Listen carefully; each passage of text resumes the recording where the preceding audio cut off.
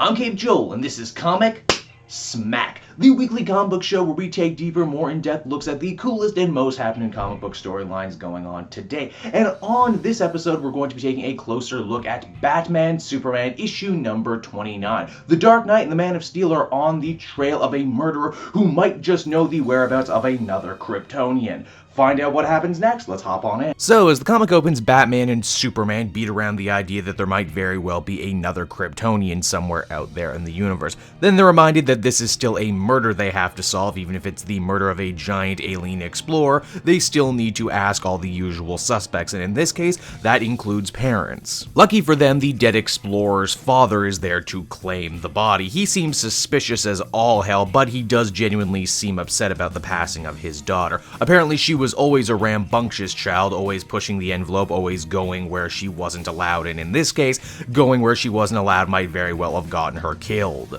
Working this same mysterious murder investigation, but from the other side, is Lobo, who, man, you know, I mentioned it in last week's Rack Attack, but it bears repeating. New Lobo is slowly but surely morphing into old classic heavy metal Lobo. Honestly, I would like to see this become more of a trend across the DC universe. Maybe Waller puts on a couple extra pounds, maybe Green Arrow grows out a Robin Hood style mustache, and maybe Speedy takes off the stupid trucker cap. Emboldened by the possibilities of there being another surviving Kryptonian, Superman makes his way for an uncharted area of space, a dangerous piece of space because it's almost always on fire with sun radiation, which would kill anyone else, but would only make a Kryptonian even more powerful. When Superman reaches his destination, he finds a poor, withered old man hooked up to a giant machine. It seems that aliens were using this poor guy as a human battery. Superman wouldn't allow this to stand with anyone, especially someone who might very well be kin to him. Back with the grieving father, Lobo makes his presence known. What's interesting about this is that Batman knows everything about this last Zarni, that he can regenerate, that he's super strong, and overall, that he can't win the fight. So what does he do? Well, he's smart enough to not start it. Of course, Lobo isn't the Dark Knight's only problem, because it's at this point the father shows his true colors and attacks our hero too. It's a good thing that Batman's always prepared, and using an explosion as cover, Batman manages to steal Lobo's ship and make a beeline for Superman. Using his detective reasoning, Batman was able to put two and two together and figure that this whole entire event was way too convenient, and that they actually wanted to lure Superman into a trap, and as the comic ends, the man that Superman saves attacks him. Batman Superman issue number 29 is shaping up to be quite the story. Tom Taylor has a real knack for writing both Batman and Superman. Also, after so many potentially world-ending stories after potentially world-ending stories in a row, I like the idea of just an outer space murder mystery that only Batman and Superman can solve. This is also just a great looking comic, from the small little designs on each one of the spacesuits to the big over-the-top solar flares. I really enjoyed this one. I give it a solid 8 out of 10, and I can't wait to see how it concludes. Hey everyone, thanks so much for watching my newest video. I hope you enjoyed it, and I hope you'll feel like checking out some more videos I have on offer here at Cape Joel.